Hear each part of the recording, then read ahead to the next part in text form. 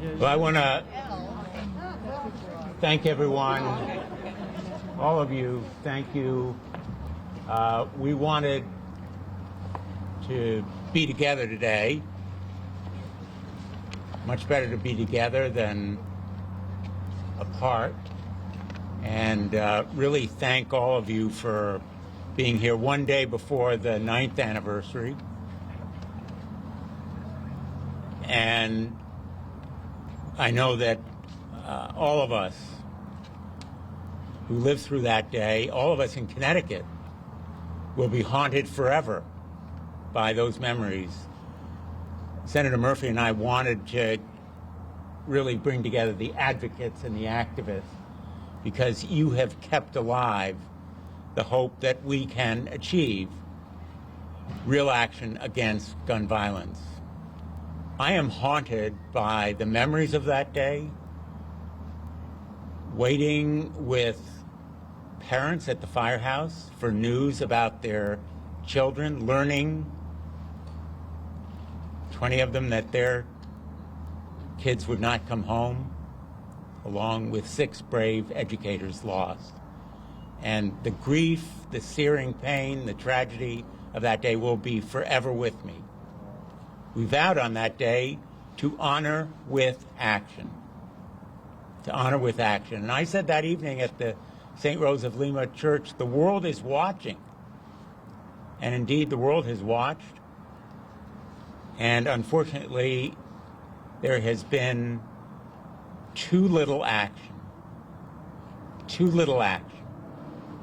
Yes, there has been progress at the state level. Connecticut has been at the forefront of achieving really important, profoundly impactful measures.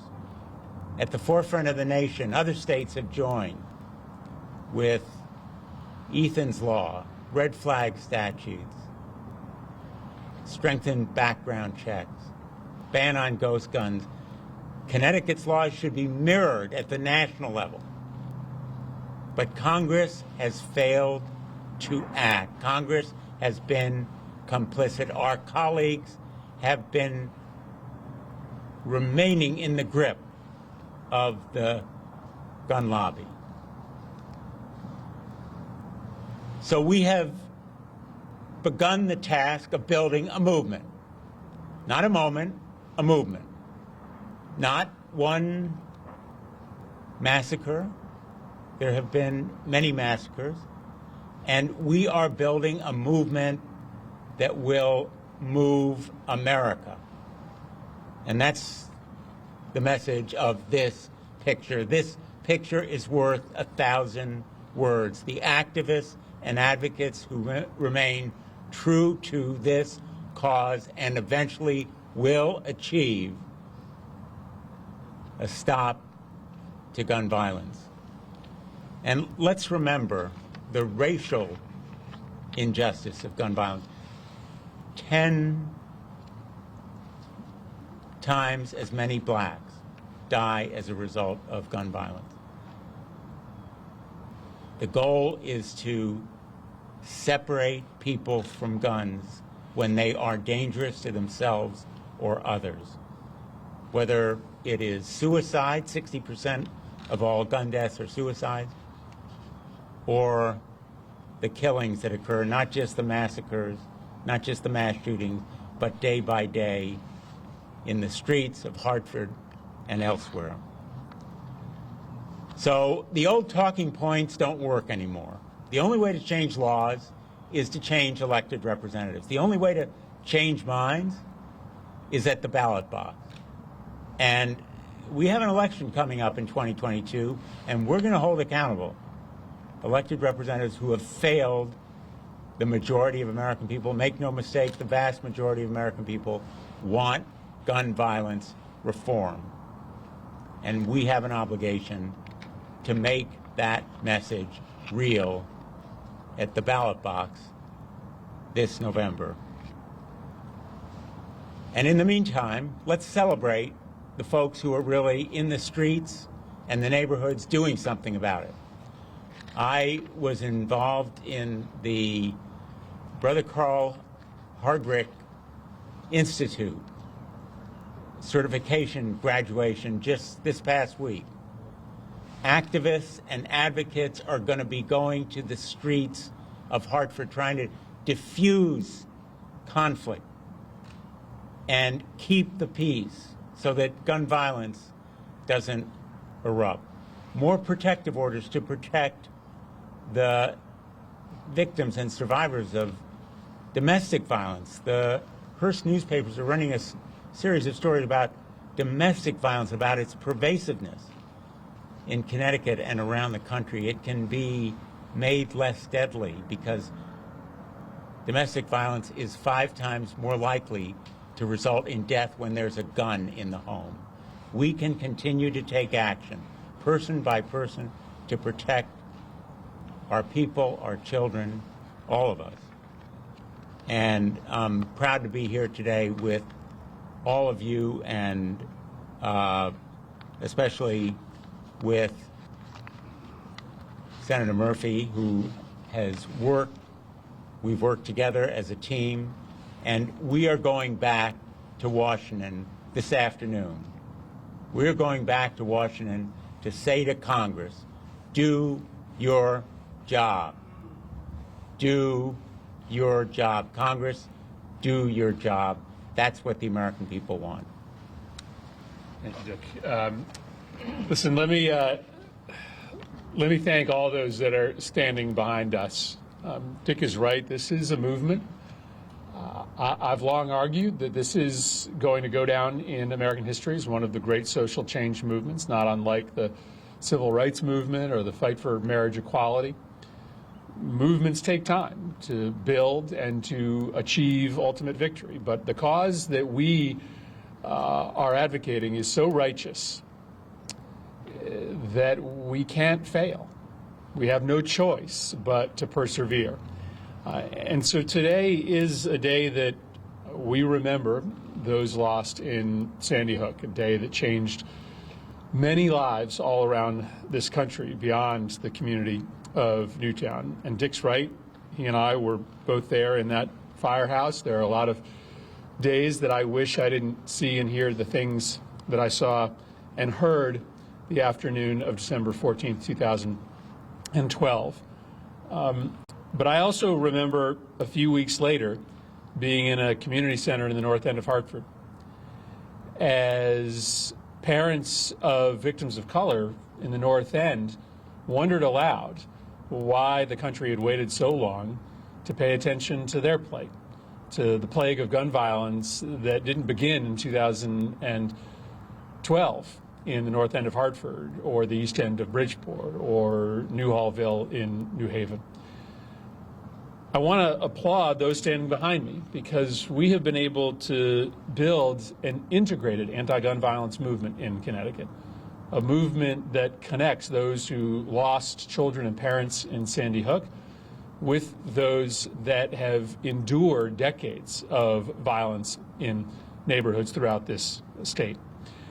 So today we challenge our colleagues in Congress to put the safety of our kids and the safety of our neighborhoods ahead of the prosperity of the gun industry.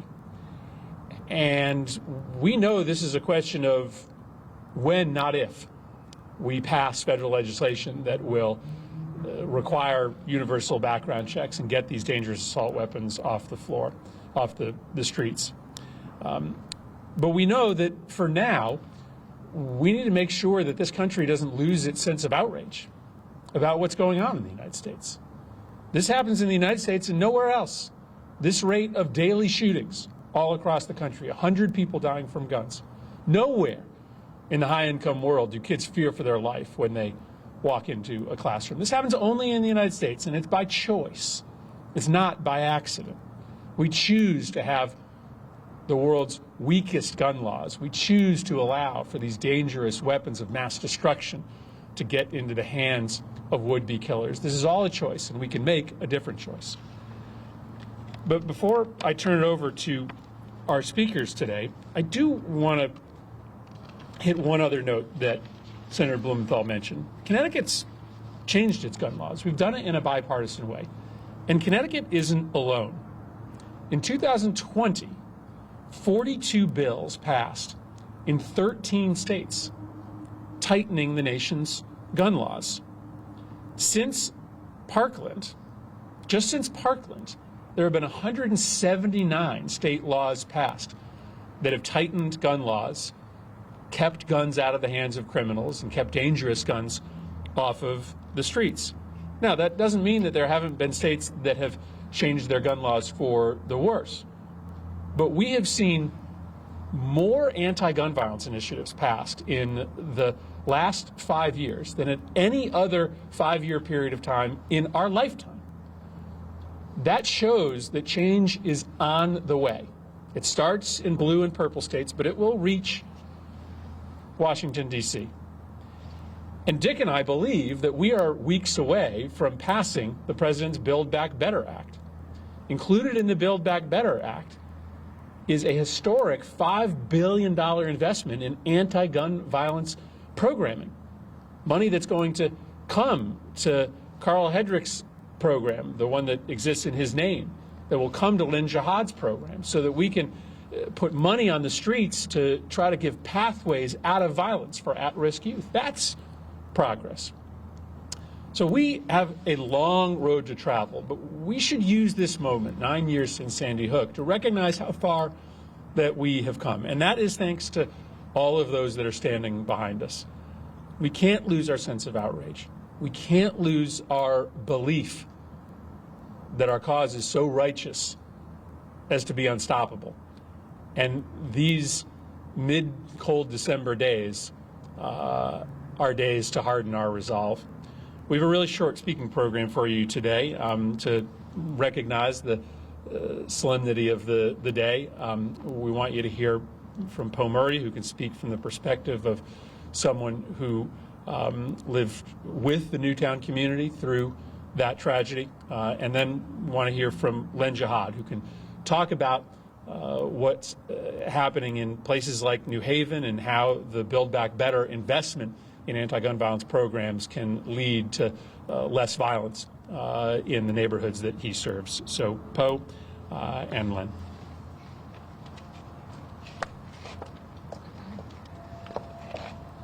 Thank you, Senator Murphy, and thank you, Blumenthal, for holding this press conference to honor the lives lost in Sandy Hook and beyond. Senator Murphy is right. We are uniting more than any other time in history to fight gun violence. Urban communities, suburban communities, and rural communities, including gun owners, are joining and uniting to end this gun violence public health crisis. And it can be done. Today's a hard day, and tomorrow will be even harder. 9 years ago tomorrow, I kissed my 11-year-old son before he got on the school bus. And a few hours later, I learned that 20 children and 6 educators were killed by my 20-year-old neighbor who had access to his mother's AR-15 and high-capacity magazines. If Nancy Lanza was a responsible gun owner who made sure her weapons of war were locked up and kept away from her mentally ill son, then the 26 children and educators would still be alive today. Those students would be in 10th grade and high school, playing in the band, playing sports, studying for their SAT tests, going home, going to proms, and baking holiday cookies with their family. I wish Nancy knew what I knew. I learned to shoot in 6th grade in Vermont, but I knew that a gun-free home would be the safest home for my 4 children. Guns in our homes double our risk for homicides and triple our risk for suicides. Nancy's guns were used by her son to kill her, 26 others, and then himself. The 15-year-old Oxford High School shooter also got his gun from his home. In fact, 75% of school shooters use guns from their homes or relatives' homes, and 77% of shooters also learn how to shoot before the attack. The Newtown school system will be closed tomorrow due to copycat threats after the Oxford High School shooting. Over 5.4 million children live in homes with unsecured guns, which means many of these school threats are likely to be legitimate. There are 400 million guns in America, and it has not kept us safe. Over 900 Americans have been shot, and 350,000 Americans have been killed by guns since the Sandy Hook tragedy. Gun violence is preventable. Other nations have figured it out. Senate Dems must end the filibuster to pass universal background checks, Ethan's Law to require all gun owners to safely secure their guns when kids are around, assault weapons ban, limits on high-capacity magazines, ERPO, and repeal PLACA, and so many other laws. The filibuster must also end to pass the Voting Rights Act to protect our gun safety votes and our democracy as we know it. Congress cannot continue to ignore this public health crisis, and we need the president to make it a priority to end all forms of gun violence in this nation. Families and survivors are sick and tired of federal inaction. My friend Manny Oliver, who lost his son in Parkland nearly 4 years ago, has been sitting outside the White House in the cold for 11 days, and yesterday was his birthday. He's waiting for the president to meet with him so that he could hear from the president that ending all forms of gun violence will be a priority during President's second year in office. Until this issue becomes a true priority for everyone in this nation, more and more families and communities will join our tragic club. It will happen. When I first joined this movement, there were 33,000 gun deaths in this nation, and now 45,000. It's unacceptable. Yesterday, my friend Jackie Barden, who lost her son Daniel in Sandy Hook, shared a photo that said, "I want to live in a country that loves its children more than it loves guns." It's time for Congress to love its children more than it loves the gun lobby and start passing life-saving gun laws. So please, Congress, I beg you again, after 9 years, to do your job and pass gun laws to protect our children and our families. Thanks, Bud. Thanks. Len? Len?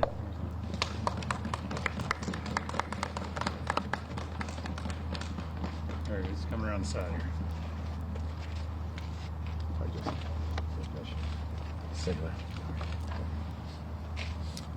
Good morning. I'm Leonard Jihad, Executive Director of Connecticut Violence Intervention Program, and I supervise a group of street outreach workers or violence prevention professionals or credible messengers that work in the community with the youth that are engaged in the most risky activity.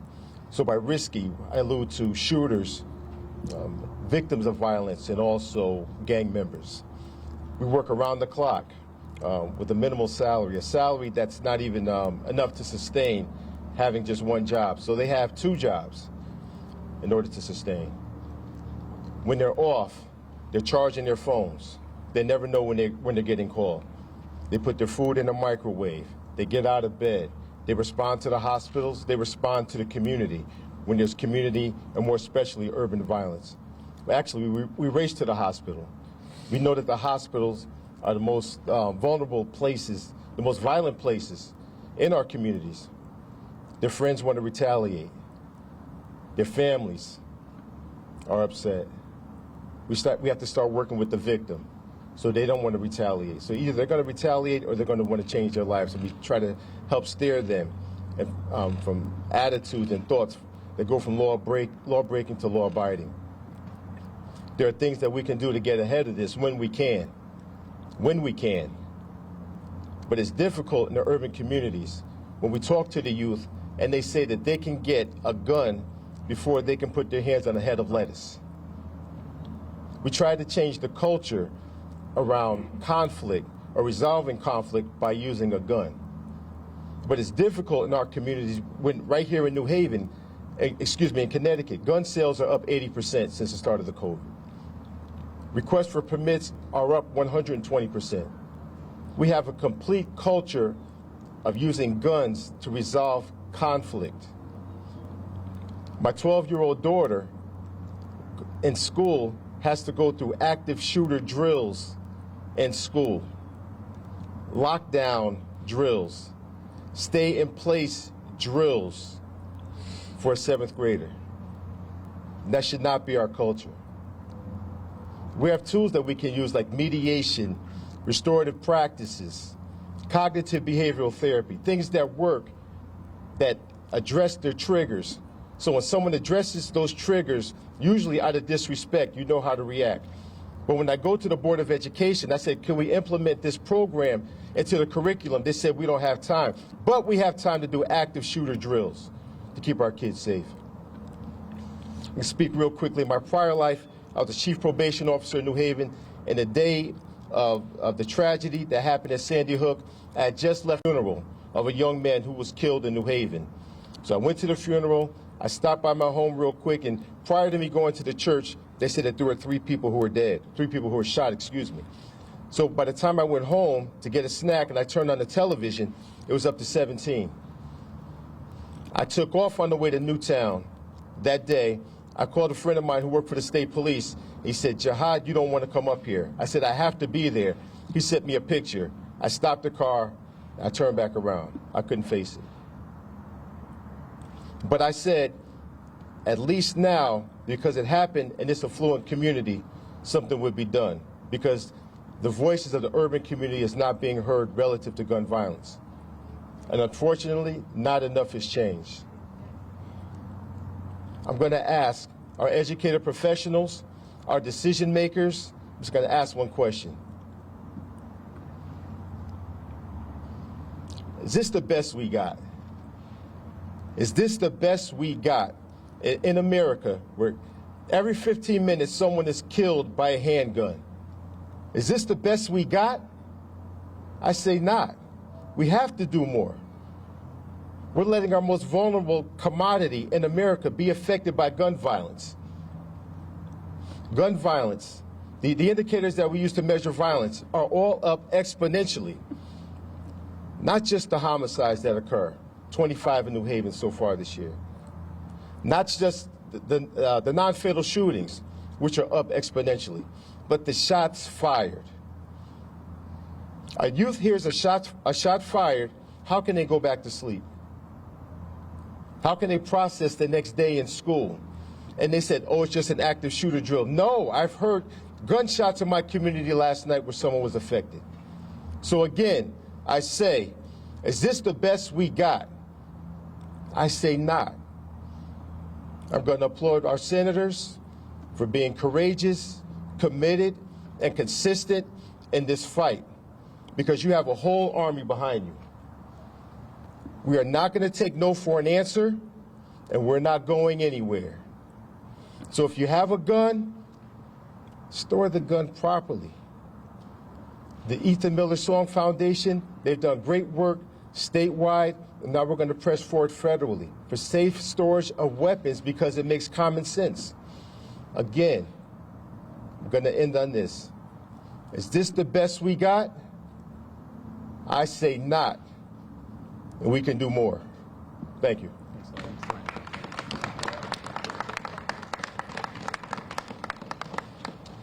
Can I just quickly, Dick, just to, obviously we had a little bit shorter speaking program today, but I do want to recognize CAGV, Moms Demand Action, Mothers United Against Violence, Everytown, who recognize the great work that the songs have done on safe storage, and Sandy Hook Promise. There are a number of other groups I'm sure I'm missing, but we want to thank all of the groups who are here today and have been doing such courageous work. Yeah, I've heard from Brady and Giffords. Yes.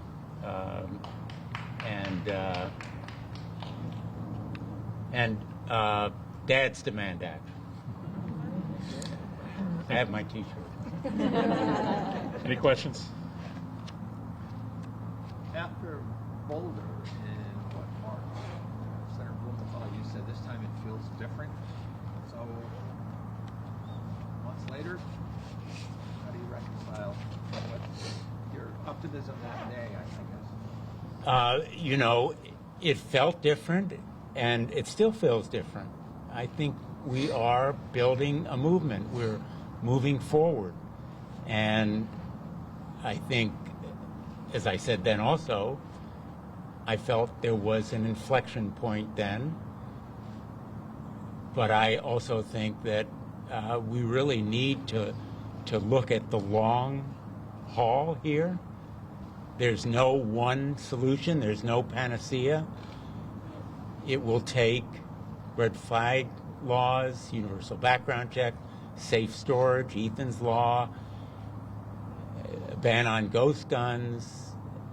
The range of measures is long, but I think every one of these shootings has moved us in a way, changing the conversation. And As Senator Murphy and I said when we sought unanimous consent to move forward on the background checks bill last week, our hope is that we will have change after this election.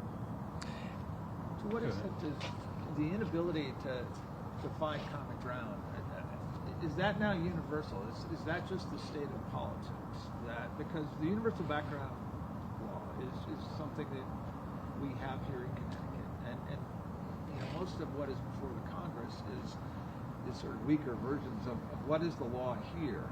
So, can you give us a larger political context of the inability to sort of get people to sort of talk about things that are not really going to infringe upon the rights of gun owners? Well, first of all, I think it's important to note that clearly bipartisan accomplishment is not dead.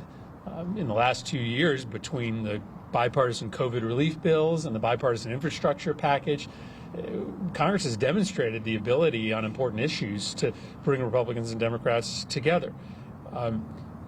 Guns has always been amongst the hottest topics and the most difficult to find compromise.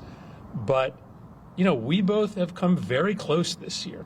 So I spent most of this year in negotiation with 2 Republican members of the Senate, neither of which supported Manchin-Toomey in 2013. And in those negotiations, we came very close to an expansion of background checks that could get 60 votes. Now, we didn't finish the deal, but we are very close, even in a 50-50 Senate, to being able to get something that can pass. In those discussions with the Republicans, they almost to a senator noted how much weaker the gun lobby is today than it was a few years ago. The NRA is on its back right now. There are other groups that are trying to pick up the torch, but the opportunity is there. I do feel that this is a question of when, not if. And though we didn't get to the finish line this year, we got closer because Republicans are, I think, gradually coming to the conclusion that it's better off to get something passed than to fight this movement perpetually. I think that what happened in Michigan in the prosecution of the parents, but the focus on parental responsibility emphasizes the critical fact of safe storage and the responsibility of parents and caregivers for what happens to their children. A safe storage statute says to people, keep your guns. We're not taking them away. It's a false fear, but store them safely so that somebody who wants to take his own life or play with a gun and doesn't have the experience to do it safely, or wants to kill people in a school. Guns should be separated from those people. They should be kept safe. And so I think there's an opportunity here for Ethan's Law nationally. And I think there's also increasingly an opportunity for red flag statutes. They now exist in 20 states. Connecticut was the first to have a red flag statute.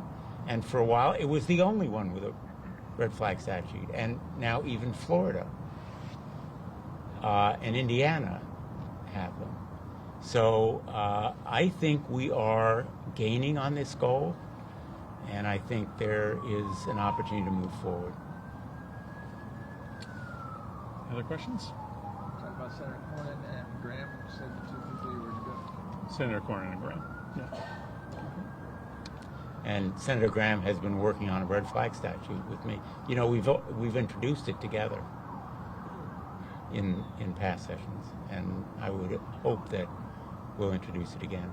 Have either of you had the opportunity to talk to Senator Grassley since he acted to block Senator action?